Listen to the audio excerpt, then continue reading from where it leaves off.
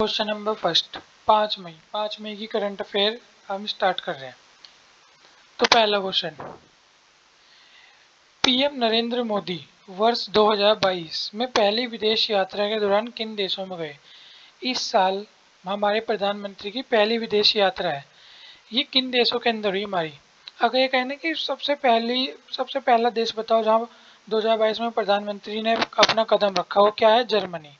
और ये एक साथ ही यात्रा कर आए हैं 3 देशों की। ये 3 देश कौन से हैं? Germany, Denmark, France. तो ये क्या हो जाएगा इसका? उपरोक्त सभी। यहाँ क्या है? पीएम मोदी घूम के आया, मतलब घूम के मतलब छुट्टी मनाने नहीं गए थे, काम से गए थे। तो यहाँ क्या है? अलग अलग काम करके आए हैं, वो भी हम पढ़ेंगे क्या क्या करके आए हैं। तो अगर 2022 के अंदर इस साल प्रधानमंत्री की पहली विदेश यात्रा कहाँ की है? पहले जर्मनी, उसके बाद डेनमार्क और एंड में कहाँ गए? फ्रांस। यहाँ कुछ नहीं, हमारे विदेश व्यापार को बढ़ावा देने के लिए डिप्लोमेसी होती है ना हर देश की, कि हम उन देश से क्या अपना अच्छा संबंध रखते हैं, तो वहाँ की यात्रा करते हैं। प्लस वहाँ बहुत सारे क्या है, एमओयू और जेडीआई वगैरह साइन करते हैं, मतलब क्या बोलते हैं, एक दूसरे में आपसी भागीदारी के लिए। जैसे अगर हम देखें, जो ये जर्मनी है, ये किस चीज़ के लिए फेमस है? सोलर पैनल के लिए बहुत फेमस देश है।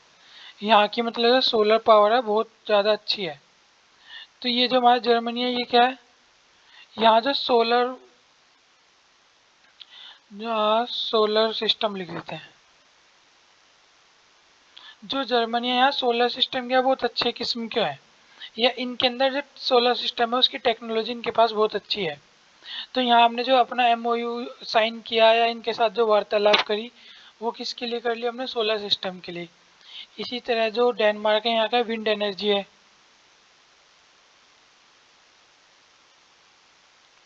यहाँ विंड एनर्जी का बहुत बोलबाला है, मतलब डेनमार्क का आपने 10th क्लास की साइंस की बुक में भी पढ़ा होगा। विंड एनर्जी में इस देश में क्या है, लगभग 60% जो इसकी एनर्जी है विंड एनर्जी से आती है। और जो फ्रांस है, ये तो हमारा एलआई है, मिलिट्री एलआई, मिलिट्री इक्विपमेंट।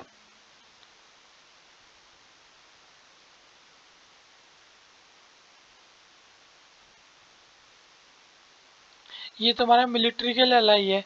और एक खास बात और, जब पीएम की यात्रा हुई, इसी के दौरान फ्रांस की एक कंपनी है नेवल ग्रुप, जो भारत जिसे मतलब इस कंपनी ने भारत को उसकी पनडुब्बी भी दिया बना के 6, प्रोजेक्ट P75, आप सबने भी सुन रखा होगा।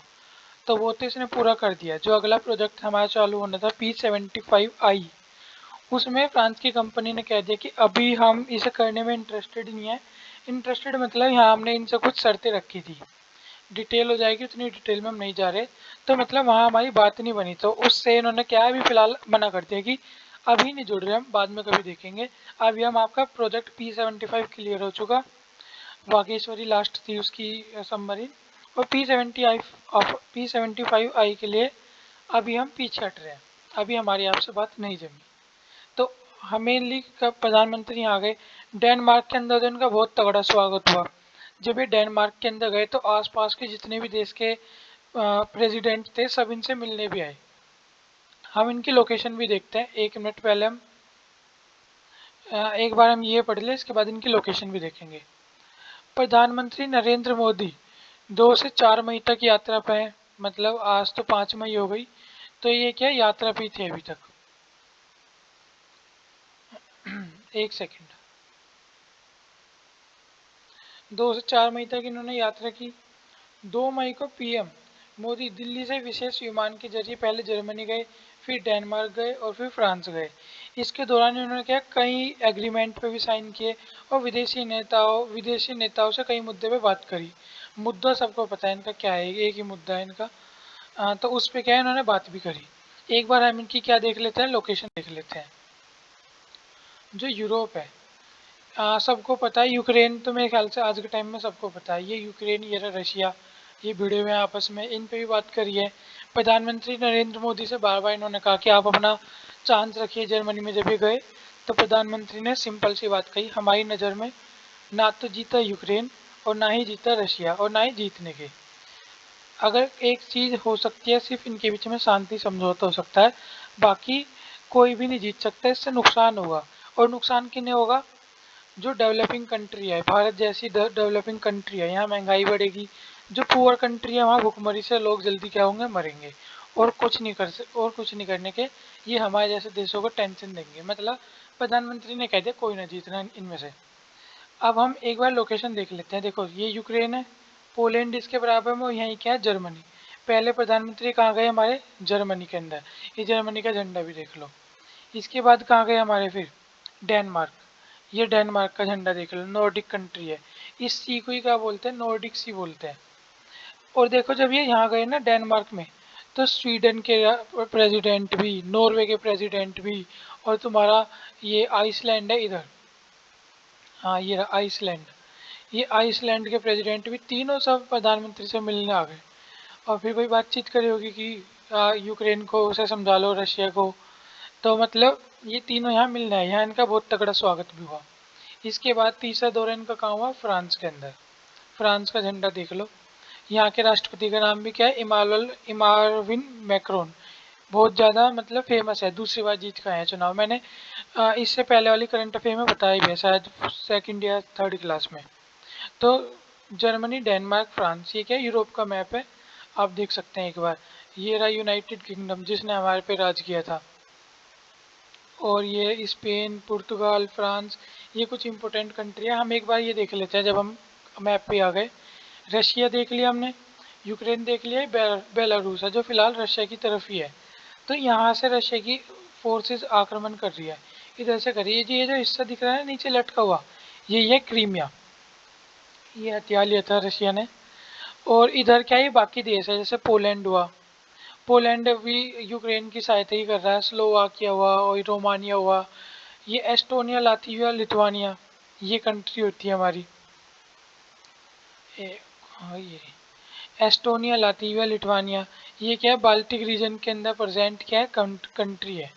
ये पहले क्या थी? हमारे इसका हिस्सा ही थी, क्या बोलते हैं? रशिया का ही। एक तो रशिया में यहाँ पे दिख रहा है, ये रशिया है। एक रशिया का छोटा सा हिस्सा लिथुआनी के नीचे भी है, जिसे कैलिनगार्ड नाम से भी जाना जाता है। तो ठीक है, हम अभी इस टॉपिक पे बात नहीं कर रहे। हमने ये पढ़ लिया, ये कहाँ गए थे? 3 देशों में यात्रा करके आए थे। अब sixth Indian Germany inter governmental consultants में भारत और जर्मनी के बीच कितने एग्रीमेंट हुए? भारत और जर्मनी के बीच ना अभी छठी दौर की वार्ता हुई है। इसके अंदर कितने एग्रीमेंट हुए हैं आपस के अंदर? 9 एग्रीमेंट हमने आपस में किए हैं। अलग अलग समझौते पे गए हम, यहाँ एक दूसरे का सहयोग करेंगे, ये करेंगे, फलाना ठिकाना। पीएम नरेंद्र मोदी और जर्मनी के फेडरल चांसलर ये ओलाफ स्कोल्स, ये नए बने। इससे पहले क्या थी? लेडीज थी यहाँ। के बीच 2 मई 2022 को क्या छठे Indian German inter governmental consultation हुआ, वही बातचीत हुई। इस कंसल्टेंसी में दोनों देशों के मंत्री, विदेश मंत्री और अधिकारी भी शामिल हुए। इस दौरान भारत जर्मनी के बीच क्या 9 एग्रीमेंट पे क्या हुआ? साइन हुआ। हमने पढ़ लिया है। नेक्स्ट पे चलते हैं। भारत और जर्मनी ने भारत को क्लीन एनर्जी बूस्ट के लिए कितनी रकम देने का एग्रीमेंट किया? जो भारत मतलब ये नहीं है कि हमें मतलब हमें फ्री में दे रहे हैं या हमें भीख दे रहे हैं, ऐसा कुछ नहीं है। जर्मनी ने कहा है कि हम आपके देश के अंदर कुछ रकम इन्वेस्ट करेंगे। कितनी रकम करेंगे? ये है $10 बिलियन, सॉरी 10 बिलियन यूरो है, ये गलती से लिखा गया है। ये क्या है? 10 बिलियन यूरो। आज के टाइम पे यूरो और बिलियन दोनों की सेम वैल्यू हो रही है। मैं लिख देता हूँ यहाँ यूरो, नहीं तो बाद में कंफ्यूज हो जाएगा कोई। यूरो, पहले यूरो बहुत ही स्ट्रॉन्ग थी डॉलर के मुकाबले, अब क्या है? कमज़ोर है। और अगर डॉलर में बात करें तो ये ज़्यादा नहीं है, लगभग वही 10.5 बिलियन डॉलर, ये डॉलर के अंदर है। तो ये क्या है? जर्मनी ने हमें कोई ऐसे निकल लो पैसे ले जाओ मौज करो अपने देश में, ऐसा नहीं किया है। सबको पता है कि भारत ने 2070 तक ज़ीरो एमिशन का वो किया है कि हम ना अपने आप को कार्बन न्यूट्रल बना लेंगे। वो बनाने के लिए हमें क्या है? कार्बन का उत्सर्जन कम करना पड़ेगा, या जितना करेंगे उसे हमें कंज्यूम करना पड़ेगा अपने अंदर ही। तो हमने क्या सोचा है कि हम ऐसी एनर्जी यूज़ करेंगे जिसके अंदर से कार्बन बहुत कम निकले, और मैंने शुरू में क्या बताया, ये जर्मनी जो देश है ये क्या नाम है, सोलर सिस्टम में बहुत ज़्यादा उन्नत है। तो ये क्या अपनी जो सोलर टेक्नोलॉजी है भारत के अंदर आके बेचेगा। तो सीधी सी बात है, ये क्या 10 बिलियन यूरो, यहाँ लिखा है 10 बिलियन यूरो, इसे क्या करेगा भारत के अंदर इन्वेस्ट करेगा। 10 बिलियन यूरो अगर भारत के अंदर इन्वेस्ट कर रहा है तो कम से कम ना भी लग जाएगा 50 to 60 बिलियन यूरो क्या कमा के ले जाएगा ये। तो फायदा इसी का ही है इसके अंदर, क्योंकि भारत के अंदर भाई 140-50 करोड़ की आबादी है, हो जाएगी नहीं हुई तो 50 करोड़ के आसपास, 150। तो वहाँ क्या इन्हें दिख रहा है कि बहुत अच्छी मार्केट है, इसलिए क्या यहाँ ये इन्वेस्ट कर रहे हैं। और इसमें क्या है हमारे बीच में क्या है, जॉइंट डिक्लेरेशन ऑफ इंडेंट, ये JDI क्या साइन हुआ है किसके लिए, ग्रीन और सस्टेनेबल एनर्जी के लिए। ये कि 2030 तक ये क्या है, हमें 10 बिलियन यूरो की आर्थिक सहायता प्रदान करेंगे। ये सहायता ऐसे लिखा है जैसे हमें फ्री में दे रहे हो, सहायता का मतलब इन्वेस्ट करेंगे भारत के अंदर। ये क्या है, जर्मनी के रिसर्च और डेवलपमेंट को प्रमोट करेगी। इसके अलावा प्राइवेट निवेश में भी क्या है बढ़ावा देंगे, जिससे फंडिंग में आसानी हो। ये जर्मनी की बात होगी। हाल ही में इलेक्ट्रॉनिक्स और सूचना प्रौद्योगिकी मंत्रालय के सचिव के रूप में किसे नियुक्त किया गया है। हमारा जो इलेक्ट्रॉनिक्स एंड कम्युनिकेशन वो है डिपार्टमेंट, इसमें किसे नियुक्त किया गया है, ये क्या है अल्केश कुमार शर्मा, इन्हें क्या अपॉइंट किया गया है नया। इसी तरह हाल ही में सतत विकास पर अनुसंधान को समर्थन करने के लिए ITC ने किस IIT के साथ साझेदारी करी। IIT नए नए इनोवेशन करती रहती है, तो किसके साथ साझेदारी करी, IIT दिल्ली। हाल ही में अविभाज्य सुरक्षा के सिद्धांत को बनाए रखने के लिए वैश्विक सुरक्षा पहल को शुरू करने वाला पहला देश कौन सा है, ये हमारा चाइना है। ये बात कर रहा है कि हम दूसरे देश की जो सुरक्षा है, जैसे दूसरे देश की वो है एक डिग्निटी, हम उसे बनाए रखेंगे, उस पर हमला नहीं करेंगे, दूसरे देश की बाउंड्री का हम सम्मान करेंगे। और कितना सम्मान करता है वो सबको पता है। इसकी जितने देश से बाउंड्री लग रही है उनके साथ तो इसके सीमा विवाद है ही, जिससे इसकी बाउंड्री नहीं भी लग रही उससे भी जाके भिड़ जाता है ये। तो ऐसे तो इसके वो है, इसकी कहीं भी बाउंड्री हमारे फिलीपींस से नहीं लग रही, ना फिलीपींस से लग रही है इसकी बाउंड्री, ये मलेशिया वगैरह से भी नहीं लग रही है। और ताइवान का तो खैर केस ही अलग है, जापान से नहीं लग रही है। फिर भी क्या है इन इन देशों से भी इसका क्या है सीमा विवाद है। और ये बात क्या कर रहा है, हम दूसरे देशों की जो अस्मिता से क्या बनाए रखेंगे, तो समझ सकते हैं हम कैसा बनाए रखे गए। लेकिन ये है ना जो सबसे बड़ा झूठा है, ऐसी बात करे तो इम्पोर्टेंट हो जाती है कि देख बोल कौन रहा है। तो हो सकता है इम्पोर्टेंट क्वेश्चन के अंदर ये इंक्लूड किया जाएगा। हंसने वाला दिवस कौन सा है, मई का पहला रविवार ही क्या होता है हंसने वाला दिवस। इस बार कब मनाया गया, ये 1 मई को बनाया गया। हाल ही में खेलो इंडिया यूनिवर्सिटी गेम्स में का विजेता कौन है, तो खेलो इंडिया यूनिवर्सिटी गेम्स है, इसके अंदर कौन विजेता है। इस बार कलर चेंज करके देखते हैं। इसमें क्या है, चैन यूनिवर्सिटी, ये क्या खेलो इंडिया यूनिवर्सिटी गेम के अंदर क्या है, मतलब जीतने वाली है यूनिवर्सिटी। हाल ही में किस देश ने ईंधन के लिए भारत के साथ $200 मिलियन की क्रेडिट लाइन बढ़ाई है। मतलब कौन सा देश है जो कह रहा है कि भाई मेरे पास नहीं है पेट्रोल के पैसे भी, तो प्लीज़ मुझे कुछ पैसे दे दो। ताकि क्रेडिट लाइन का मतलब होता है कि आप मुझे पैसे दे दो या आप मुझे सामान खरीद के मुझे पैसे दे दो, जब मेरे पास पैसे होंगे मैं चुका दूंगा। ये हम कई बार दे चुके हैं, कभी $500 मिलियन, कभी 200, कभी 100, ऐसे दे ही रहे हैं बार बार। कौन सा देश है, हमारा पड़ोसी श्रीलंका। ये अभी तक चाइना का बहुत बड़ा सपोर्टर था, अपना सब कुछ चाइना को देके बैठा था, अभी से भारत याद आ रहा है। मदर्स डे कब मनाया जाता है, ये मैंने पहले भी बताया था, अब दोबारा पढ़ लेते हैं। मदर्स डे हम कब मनाया जाता है, मई के दूसरे रविवार को। और इस बार मई का दूसरा रविवार कब पड़ रहा है, 8 मई को। तो 8 मई को क्या मनाया जाएगा, मदर्स डे। 8 मई को आयोजित होगा। दुनिया भर में मातृत्व के प्रति प्रशंसा प्यार दिखाने के लिए बनाया जाता है। इसी दिन जो यूरोप की कंट्रीज होती है वो इसी दिन प्यार दिखाती है माँ के लिए, बाकी दिन नहीं दिखाती कुछ भी। एशिया बैडमिंटन चैंपियनशिप में एशिया बैडमिंटन चैंपियनशिप में भारतीय खिलाड़ी PV सिंधु ने कौन सा पदक जीता है। जो अभी एशियाई सॉरी जो अभी एशिया बैडमिंटन चैंपियनशिप हुई है इसके अंदर भारत की खिलाड़ी है, भारत की क्या स्टार खिलाड़ी है, भारत की मतलब बहुत लोकप्रिय खिलाड़ी है और बहुत अच्छा खेलती भी है। कौन? पीवी सिंधु। इन्होंने कौन सा मेडल अभी जीता है? ये जीता है इन्होंने ब्रोंज मेडल, मतलब कांस्य पदक। यह का 16 अप्रैल से 1 मई 2022 तक क्या है, फिलीपींस जिसकी राजधानी क्या है, मनीला, वहाँ पे क्या हुआ है, आयोजित हुआ। और इस टूर्नामेंट में सिंधु का ये दूसरा पदक है, सॉरी टूर्नामेंट में सिंधु का यह दूसरा पदक है। उन्होंने 2014 के गिमचियन संस्करण में कांस्य पदक जीता था। उन्होंने वर्ष 2016 में रियो डी जेनेरियो में रजत और 2020 के टोक्यो में क्या जीता था, ये इंपॉर्टेंट लाइन है, कांस्य पदक जीता था। बहुत ज़्यादा इंपॉर्टेंट लाइन है ये हमारी, ये हमें याद भी करनी है। एक बार पीवी सिंधु के बारे में देख लेते हैं कुछ। ये पीवी सिंधु है, स्टार खिलाड़ी है ही, और मतलब बहुत ज़्यादा टॉप रैंकिंग की है, BWO सर्किट में भी है। First and only Indian to become badminton world championship and only second individual athlete from India to win this consecutive medal at Olympic game. लगातार ओलंपिक में मेडल जीतने वाली क्या है, दूसरी क्या है, महिला है ये। Sindhu broke into the top 20 of WBF world ranking at the age of 17. She has won total of 5 medal at BWF World Championship. हाँ, ये बहुत सारे इन्होंने चैंपियनशिप जीत रखे हैं। 2000, ये हमें इनके बारे में, इनके जो मेडल्स है वो देखना है बस हमें। ये रहे इनके जो नाम रिकॉर्ड है, सबसे मेन हमें याद करना है ये क्या है, 2016 रियो डी जेनेरियो, यहाँ क्या जीता इन्होंने, सिल्वर मेडल जीता, बहुत बड़ी बात है। 2020 में जो टोक्यो ओलंपिक है जो 2021 के अंदर हुए थे, हैं तो 20 के, लेकिन कोरोना की वजह से कब हुए, 21 में।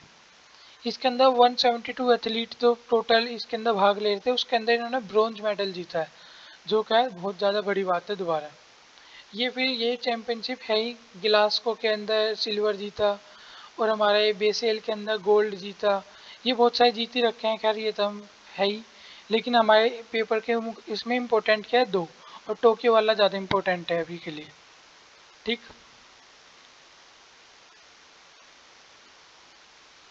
अब इंटरनेशनल डार्क स्काई वीक 2022 कब तक रहा?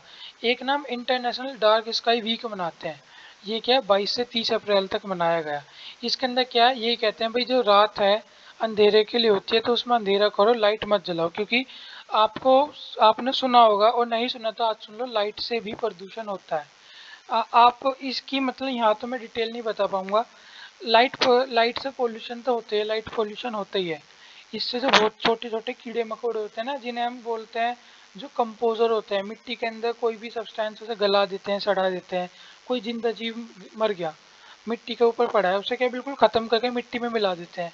ऐसे जीव क्या रात को एक्टिव होते हैं, लेकिन लाइट की वजह से क्या है, इनका भी शेड्यूल बिगड़ जाता है। जैसे हमारा शेड्यूल बिगड़ जाता है, अगर हम रात को लाइट मतलब कंप्यूटर के सामने रहे और फिर सोए, तो हमारा शेड्यूल बिगड़ जाता है, बायोलॉजिकल क्लॉक क्या है, गड़बड़ हो जाती है। सेम काम इनके साथ होता है, और यही क्या, लाइट पोल्यूशन है, और भी बहुत सारे कारण है।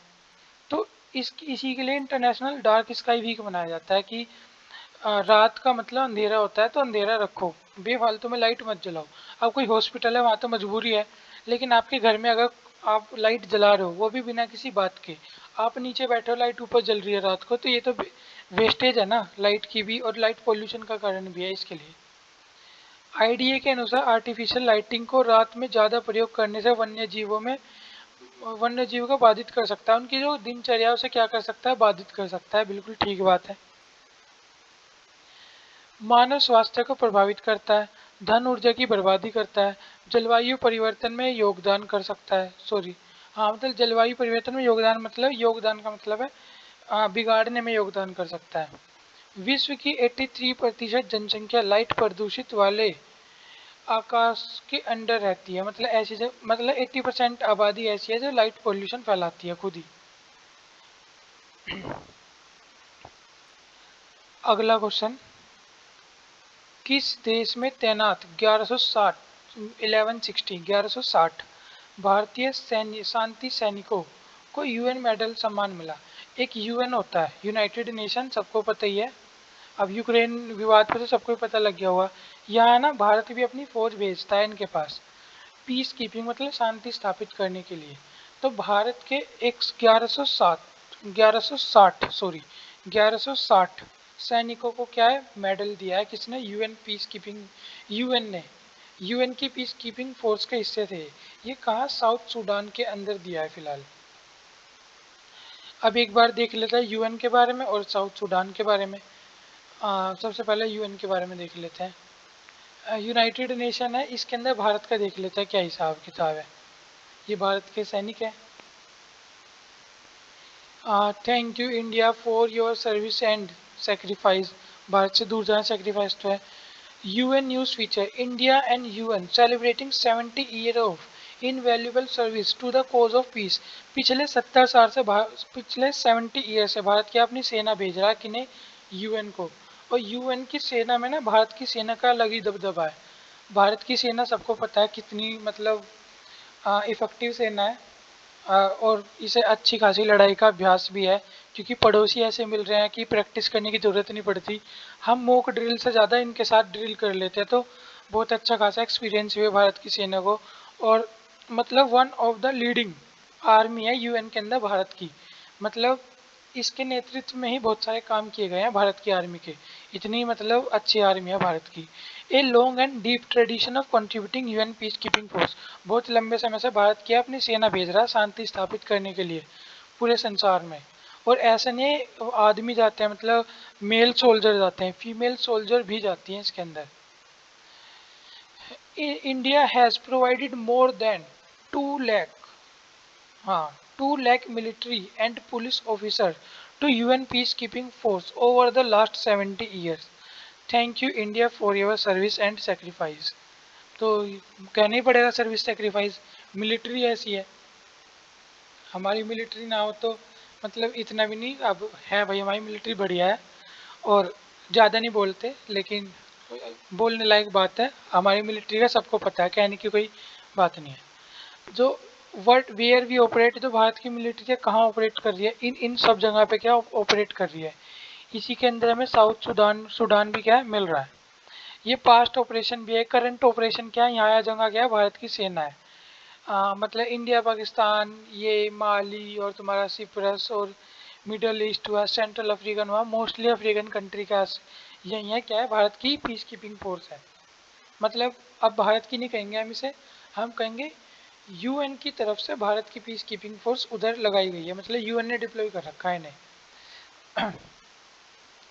व्हाट इज पीस कीपिंग मतलब करती क्या है ये सेना। अब इसके अंदर भारत की क्या, हर सेना, अगर कोई भी सैनिक है किसी भी देश का है, अगर वो पीस स्थापित करने के लिए जा रहा है तो उसे एक जैसा सम्मान देना चाहिए। अब हमें ये नहीं करना चाहिए कि नहीं भारत की सेना है तो इसे तो अच्छा सम्मान दो, कोई दूसरे देश की सेना है तो नहीं, वो इतनी कहाँ बढ़िया, बस भारत भारत की बढ़िया पाएगी।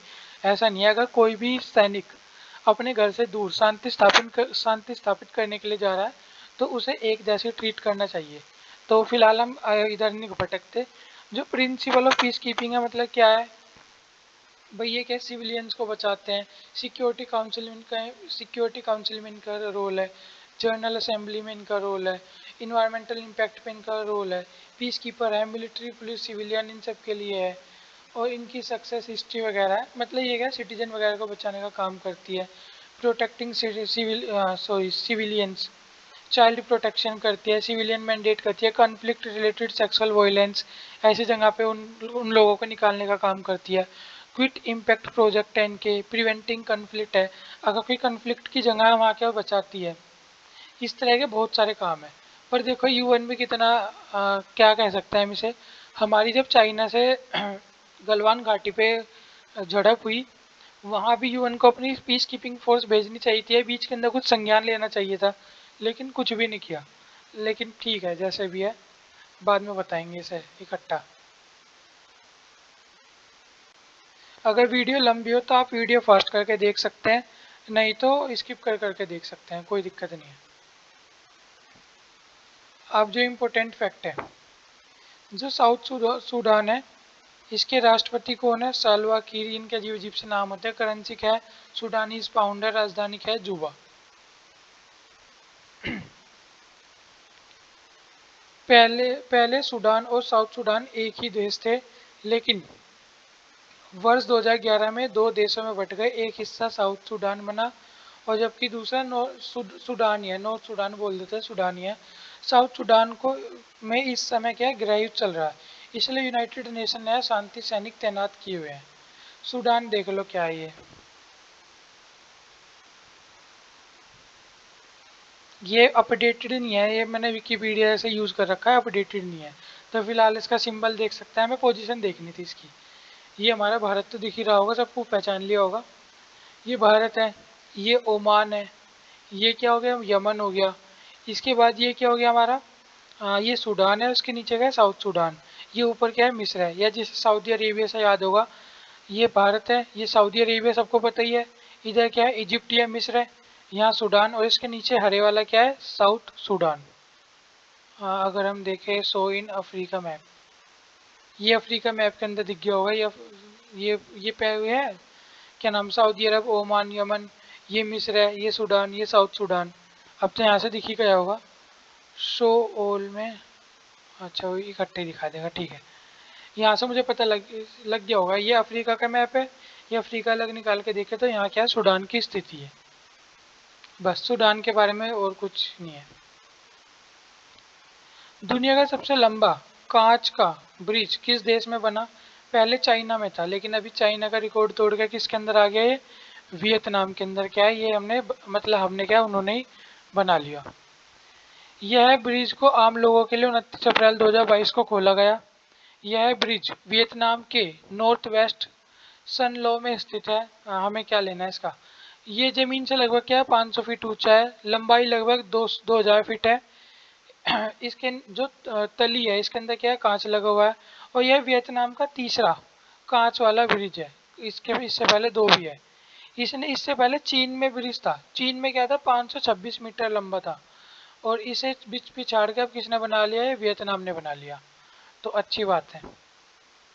वियतनाम की कैपिटल क्या है, हनोई, और इसकी करेंसी क्या है, ये वियतनामी डोंग। प्रेसिडेंट ये गुयेन, और प्राइम मिनिस्टर फुम मिन चुनो। ये हमारे लिए ज़रूरी, मतलब एक बार नज़र मार सकते हैं, लेकिन ये याद करने लायक है नहीं। तो आज की वीडियो में इतना ही। कोई भी सजेशन आप मुझे कमेंट कर सकते हैं, और अगर मेरी क्या नाम स्पीड स्लो हो बोलने की, तो उसमें तो आपके पास ऑप्शन है स्पीड बढ़ाने का, तो वो तो आप उसमें यूज़ कर ही सकते हैं। अगर फास्ट है तो स्लो कर सकते हैं, और बाकी कोई भी वो हो तो आप मुझे कर सकते हैं। फिर भी अगर स्पीड का कोई होगा तो आप मुझे कमेंट करना, मैं उस हिसाब से अपनी स्पीड स्लो या फास्ट करने की कोशिश करूँगा। और थैंक यू सो मच।